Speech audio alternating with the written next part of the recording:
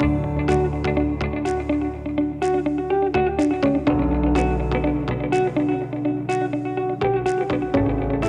Simon Brown. I host the MoneywebNOW podcast every morning, 6:30 weekdays. Of course, a podcast itself just after 7.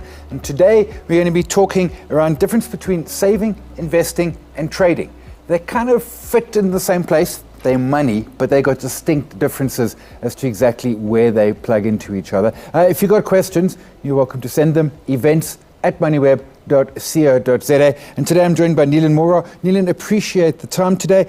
Vice President Trading at the Purple Group, a CV that runs into half a page. I'm not going to go through all the details, except to say that you've also been in the market a long time.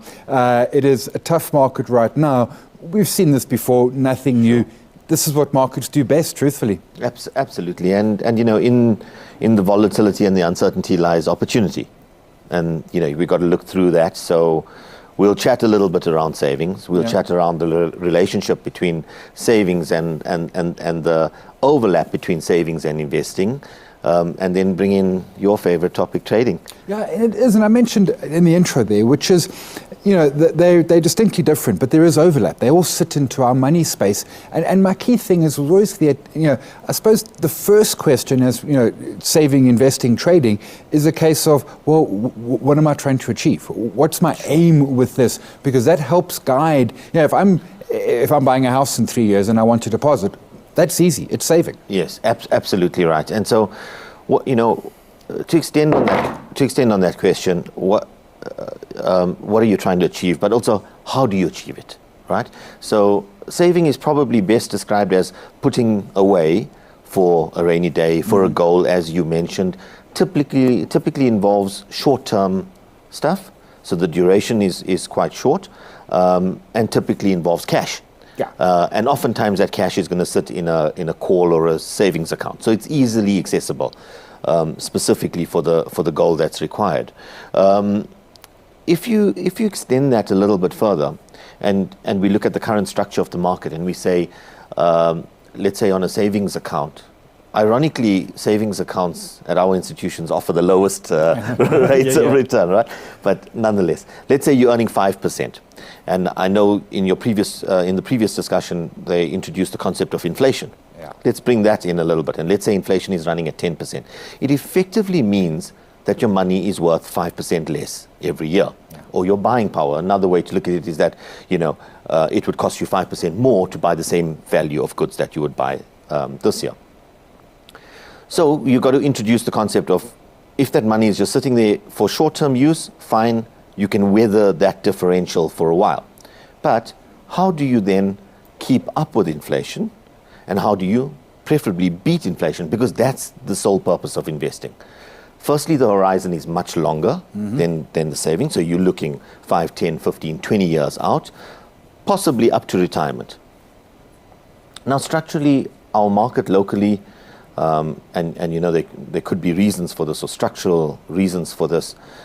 But we must remember that, you know, if we continue referencing those reasons will remain and become an excuse, right? So we have to address them now.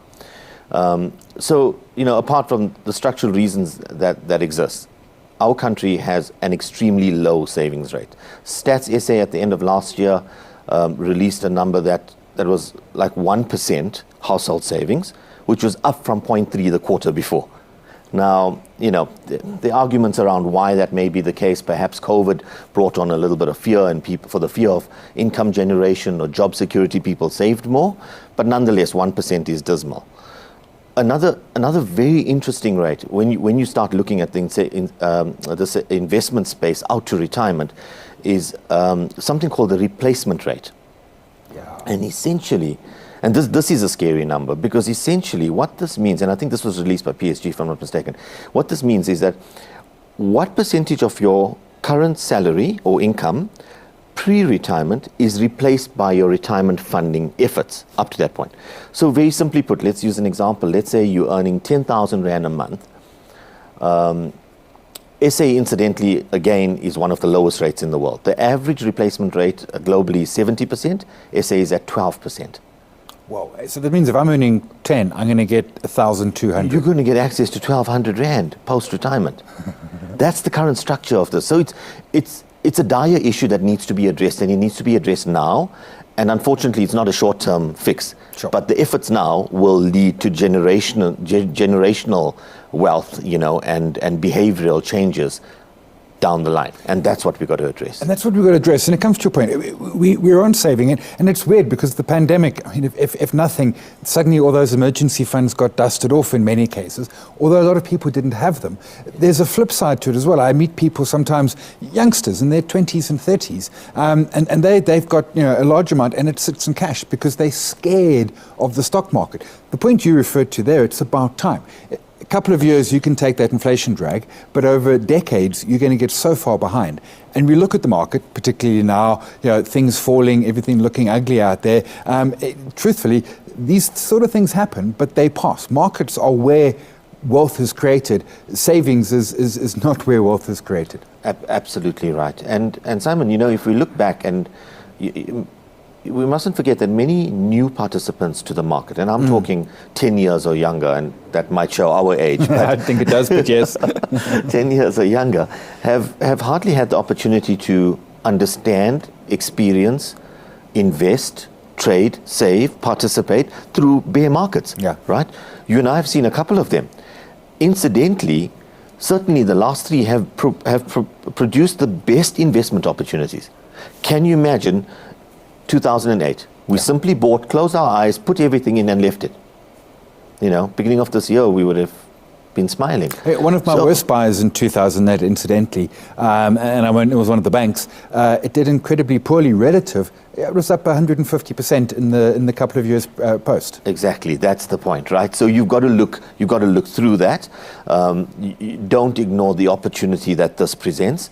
There are periods in financial markets that need to flush out excess, for example, gearing, and we'll get onto those topics when we bring in the trading aspect of it. But when the market is over-geared, or when the market is overly positioned in one way, and when the market is supported unnaturally, as we've seen since 2008, what we're seeing at the moment is natural. We have to unwind a little bit of that exuberance, if you like, and again, through that provides lots of opportunity. So let's dig into some of that. So savings is your short-term type of stuff. You're going to get a modest rate. You quite possibly are going to be behind inflation, but it serves a purpose. It's an emergency fund. It's a need, a short-term need, a wedding or a kid's education or something like that. Once we've got that in place, then we start looking to that investing, and that really is the much longer term. Now we're looking out to decades, if you're young enough, many decades, actually looking towards that retirement. Absolutely, and the first step towards that, I would say, we've got a great initiative going at the moment in the form of tax-free savings accounts and opportunities. One should look to max out that limit every year as your first attempt to start investing. Structurally, the products that are allowed in this tax-free sphere is obviously regulated and decided upon by National Treasury, but the idea behind it is to allow products with limited risk. So you're buying ETFs are allowed, for example. It's not single company exposure and single equity risk that you're taking on. You're buying broad, diversified investments. The lifespan, if you max out every year, 15 years to reach the current cap, which is $500,000 per individual per lifetime, with a 36,000 investment per year. One should look to max that out every year as the first sort of dipping your toe into investing journey, right? Post that, once you've done that, then you can start looking at other products in the investment space, and there are tons of stuff to look at. I would even step back a moment and say, if folks have got a job, in many cases they're already going to have something in terms of the pension and retirement. Possibly, absolutely. Which, yes. To them, they just see a line item going off their salary slip every month, and they're not quite sure. But that is going to be, it'll be a Regulation 28 product. There are some tax benefits to it. And you're already doing some investing. 100%. You've got that exposure passively happening in the background. And the nice thing about that is perhaps you're not overly sensitive about it because it's done for you. Right, so that's one of the benefits. I mean, some people get a little too carried away and want to watch these things too closely, and the big challenge with that is managing your own emotions. Your psychological behavior and again, this will come up again when we start talking about trading. Your psychological response and behavior to a position that's going against you is very different when you're holding an investment mindset to when you're holding a trading mindset. Yeah. Right? You've seen it in the past. You've seen people stress out because the market's gone 10% lower. They've geared themselves 10 to 1, and all of a sudden they're in a pickle. From an investment mindset, though, your behavior is very different. Your behavior is, well, if I'm investing regularly, let's assume monthly, via deductions into your salary or towards an RA or whatever the case may be, the 1,500 Rand that went off last month bought X amount of exposure. This month, the number is fixed, but the amount of purchase is greater because it's cheap, right? So I mean, there've been debates that have gone on for decades as well around who is more successful: somebody that tries to time the market, and specifically they're addressing traders, or somebody who periodically and at a regular period invests into the market constantly all the time. And I think the jury is out, but the outcome was that you know better trying to time the market specifically in terms of the outcome and the return that you generate. It comes to that behavior, and there's two sides from it. The one is setting up those debit orders, as you say, those monthly processes that just fire off, and particularly if you're going into a broad-based, a collective investment, an ETF or something like that, it almost, it just goes, and you don't have to worry about it. You don't have to look at it. If you're doing individual stocks, it then gets a little more challenging. You've got a particular stock. We had the pandemic collapse of just over 2 years ago, and stocks got absolutely beaten down, and then you had to ask yourself some questions. They didn't all survive. I mean, most notably, obviously, Comair, and that comes to your behavior then. So even within the investing space, there's different types of behavior you're going to have to sort of straddle and manage within your own thinking and your own responses. Sure, 100% right. And also, what you got to almost try and do is sit and pair your personality with the investments that you choose. Yeah. Right? So if you're a high-risk individual, then you may have an appetite for stuff that is a little more volatile. If you're a methodical investor that doesn't have the stomach to absorb a bit of volatility, you might look for the more stable kind of investment. But understand that the risk assumed in that entire investment universe is proportional to the expected return. Yes. Right. So that's an interesting concept which we often say, and it's quite cliched, but people don't question the investments when they're making money. Right. The questions only appear when markets move against you. Yes. So we've seen that now, for example, in crypto. There were no questions the last couple of months. Everybody was happy up to December last year when it was up north of $60,000. People were making money. Now we're $20,000, and people are questioning, well, is this the bottom? Is there space on the upside? Do we go to 12,000, which some guests call technical support? What's the future? Is there a future?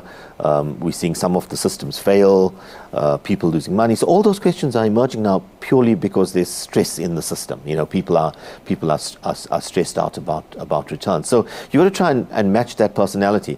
A nice way to look at it is that there generally should be a blend across asset class, and across saving, investing, and trading.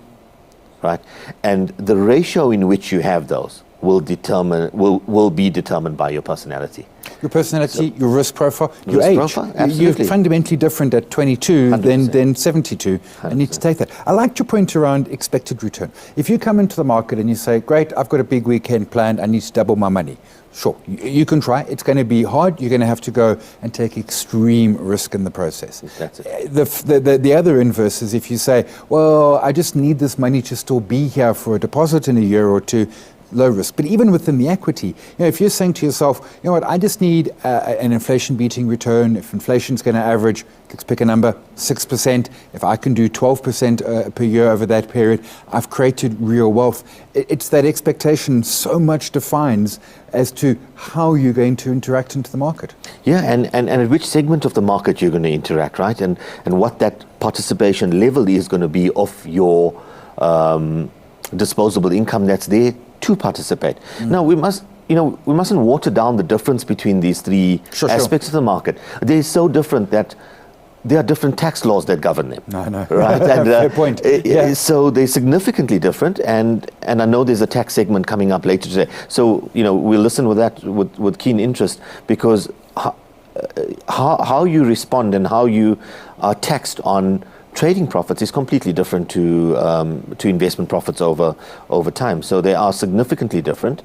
And to your point, what are you trying to achieve? Let's just roll back right to the first point you made. What are you trying to achieve will also assist in trying to help us decide what avenues we need to use, what products we need to use, what structures we need to use to get to that goal. And we want to talk a lot around products. I want to move to trading, and we're getting questions coming through it.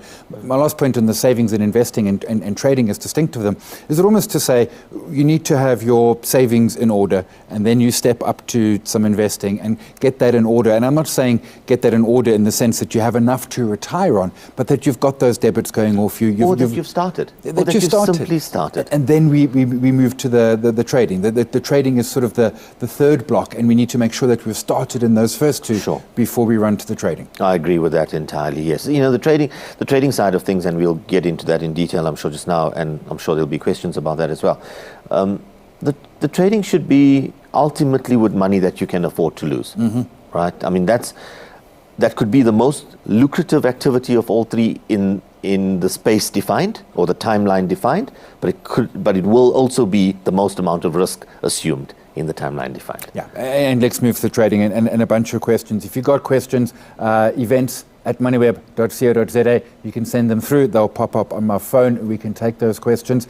Trading is the more rewarding, as you point out, the more risky. It's also, I spent 5 years in the 90s trading like a pro. What I mean by that is just losing money. No one lost money as well as I did. It was I'm going to say surprisingly, it certainly surprised me, although perhaps in hindsight I hadn't thought about it enough. It was a steeper learning curve than I thought. Absolutely. There are many things to learn. The most important thing that you learn through the journey of trading is your own emotions, your psyche, how you respond. 9 times out of 10, your response is going to be wrong. Oh, yeah. I think I sometimes got 10 out of 10. And that's within the trading. And then Nandi saying, a question from Nandi, I'm 23, how does a beginner investor get started with trading? Now, firstly, Nandi is saying, already investing, so that box is ticked, as we said a moment ago.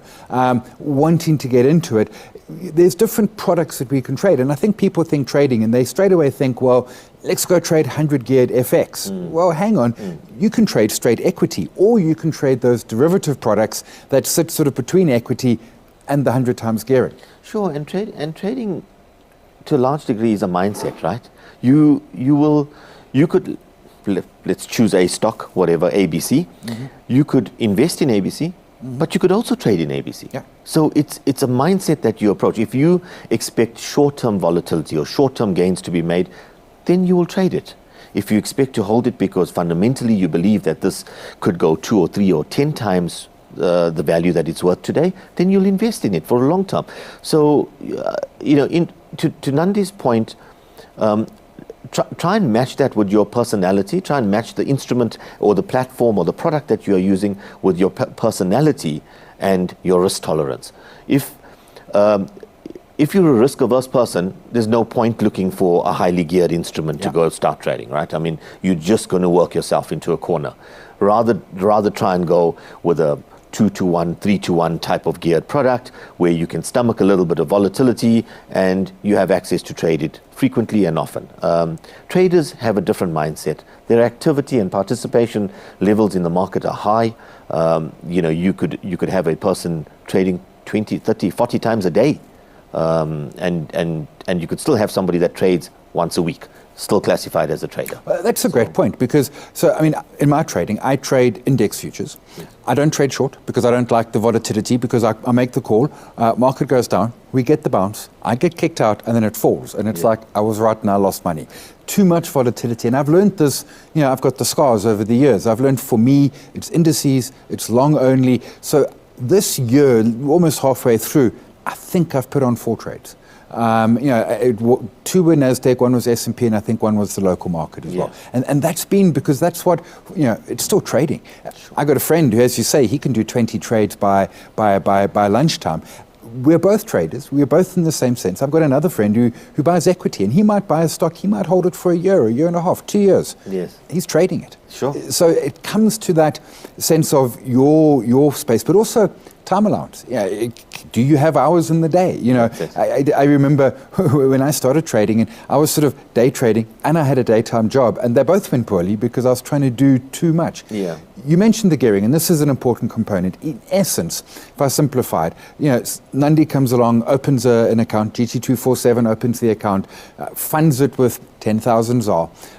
What they can now do is actually get 40 or 50,000 in terms of ability to trade, and that's that gearing. Yes. It's a loan, so it amplifies your winners, but it amplifies your losers. Absolutely right. And again, it goes back to the point that nobody really asks questions until they lose money, right?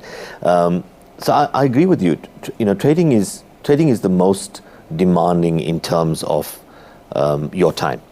You need to actively watch the market, and you need to actively watch the market specifically if you have geared positions on.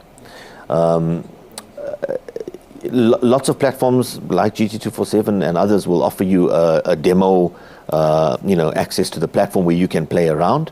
My advice to Nandi would please, don't get caught up in the hype of these ads that you see on Facebook where ad. People have wrapped Lamborghinis in gold wrapping and made that from trading FX. Those stories are far and few between, and you never hear of the guys that get wiped out along the way, and there are lots of them. So just be cautious on that.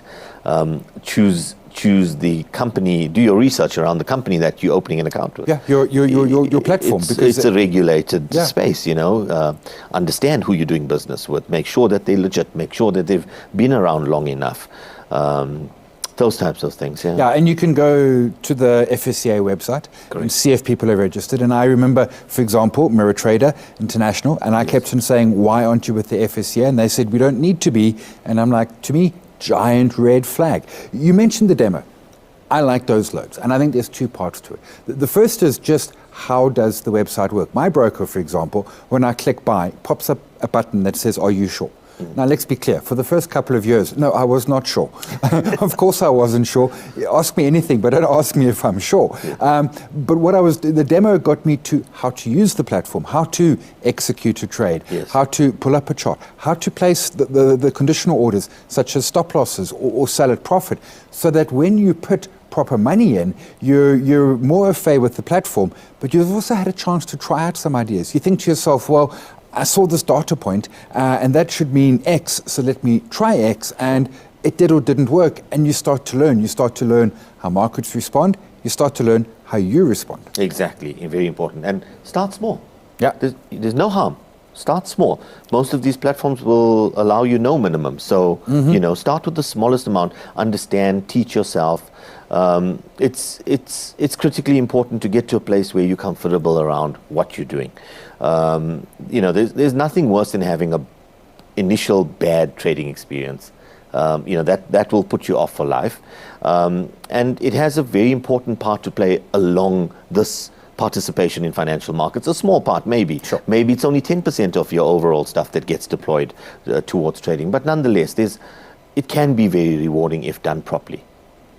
A question came through from Sean, and it's a great one. He says, what about algo trading, rise of index ETFs, hedge funds? Are these influencing markets? Are they changing markets? Are they changing traders? Have you adapted your trading over the years? I mean, certainly mine is adapted, but my big adaptation is that when I started in the late 90s, it was equities. My ability to access an index product as a retail client wasn't available. Now, of course, it absolutely is. Sure. So we've seen that change. But otherwise, structurally? So I think technology has changed the markets, Sure. right? I mean, when we started in mid-90s or whatever, it was difficult to trade. Yeah, It was difficult to get access to information. I had to make phone calls. Exactly. You had to call into your broker, do a trade telephonically, wait 7 days to get a broker's note to know whether or not you're done. This is all instant. You could pick up that device sitting on your lap right there and trade right now. Yeah. That's how easy it is. So technology has made the world small. Technology has made access to information incredibly quick and easy.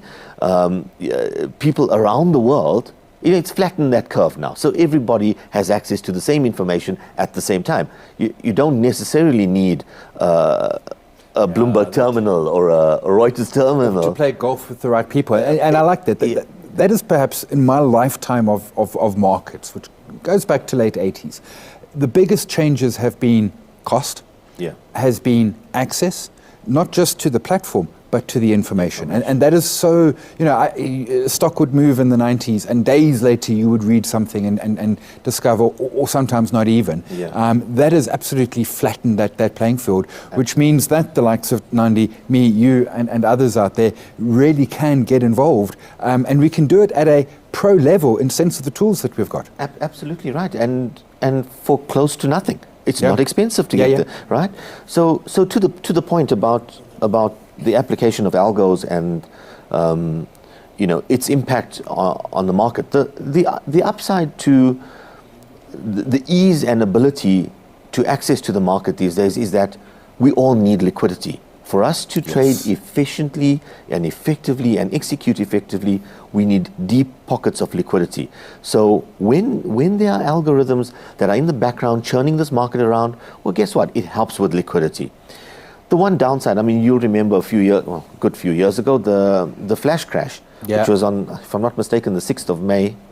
That was algo driven. What had happened was there was a fat finger. Somebody sold Dow futures, triggered levels, and algos pretty much were programmed to say, if the market falls by more than 5%, liquidate my positions, and it just carried on going. And eventually we went down, 25% in a day, and then recovered. But back up. Exactly. But those are the risks of algos. But that said, in the advent of no fat fingers and errors and mistakes, like algorithms and high frequency traders, all of them contribute towards liquidity in the market, which we all need. There are periods during uncertainty when we find liquidity withdraws from the market, and the effect that has is it gets more expensive to trade, not from the perspective that your broker is necessarily charging you more, but from the perspective that the width of the double, so the difference between the buying and the selling price widens, and the ability to do volume, size that you need sort of lightens. So you've got to move the market a little bit more to get your size done. So algos have a place in the market, and they do contribute towards liquidity. And it is. We're all in there. We're all trying to make an honest buck out of the market, and algos are just part of that. You mentioned the point, and I think the flash crash, for example. As an investor, you will probably be unaware of it. As a trader, it might have cost you. It might have been opportunity. Maybe you bought low. Maybe you were short in the position, and that again comes back to that different place where we sort of tend to sit. In terms of timelines, in terms of products, but also I think in terms of how we do it. And if we go all the way back to savings, we're going to go to our bank and open a savings account. It's going to be, as you say, it says savings, it's a misnomer, it's a terrible return. We're going to have our deductions off our salary into a pension. We're not going to have much nuance as to what is there. We'll put money into a tax-free. At that point, we're making some decisions as to which ETFs. Maybe we're buying some individual stocks. Now we're stepping up another level. We're looking at those fundamentals. And we just had Magda and Khelo Gyosi talking around that part of the process. Trading is often even further different in that we kind of ignore the fundamentals. We look at the technicals, which is looking at price action. What we're seeing more and more happen at the moment is a blend of that, where guys are looking at the more macro fundamental themes and then using technicals to try and time that and enter and exit. So you've got your picture. You say it could be a stock, it could be a sector. You say, I like it. I'm going to use the chart, the technicals, to give me that point of entry. To time it, exactly. So let's use COVID as a bad example because it's a nasty period and was a nasty period. And let's make it more nasty and consider airlines, for example, over that period. So we knew travel was done, right? Hospitality, we knew that they were going to battle. That's the kind of macro theme setting in that you're now thinking about, well, okay, which hotel group? right? Which offers more value? Which do we think is going to return to value quicker than the other, or not? And then you try and decide from there. You kind of narrow down to 1 or 2 or 3 stocks that you want to look at, and then you'll call up a chart and say, okay, let's look at the price action. Let's see where our areas are on the charts, where are areas of support that we think we could like to, if you're investing, and this is where it's going to come to, right? If you're investing, where could you have your first nibble? Because if it goes lower, you're happy to nibble again, and you're not overly stressed about it. If you're trading, that's where the stress is. If you go all in on the first level and it goes 3 or 4 or 5 or 10% lower, you're going to feel a bit stretched out of the position, right? So your behavior again is going to come in there. So yeah, I like that. And also, there's an ETF in the US, and I think it's called Away, which is solely focused on that travel industry. Obviously, took a massive hit 2 years ago, and some astute people were like, hang on, this will come back, and they timed their entry, and they held it for a year or so, and they've done well. And again, it might have been an ETF, it might not have been geared, it's still technically a trade. So we were hitting the time. So I mean, the distinction between the three, it comes down to timelines, comes down to risk profiles, and ultimately, then again, the products, which is how they're all going to fit together. 100% right. I would start in exactly the same order. What's your horizon? If you're looking 5, 10, 15, 20 years or out to retirement, you need to be an investor. Yeah. If you have very short-term needs, you're going on holiday, you need to buy a car, you need to pay for university. That money needs to be accessible easily and quickly. Very short-term needs, quick savings product, or on call to try and get a better interest rate. And then, if you have time on your hands to dedicate to the market and pay attention and try and etch out cash from the market and, be active in the market, then trading. And stay away from the Facebook adverts. Yeah, exactly. Because to your point, yes, there's a Lamborghini, but there's another 100 that never made it to that particular point. We'll leave that there. Our time has run today. Nilan Morar, he is Vice President of Trading at the Purple Group, talking those distinctions between traders, investors, and saving. And they're different, but I think that they all can fit within a sort of well-rounded, holistic, I suppose, in a sense, a sort of money part of your life. As Nilan said, though, it's behavior. That's also an important part of it. We'll leave it there. Nilan, really appreciate the time today.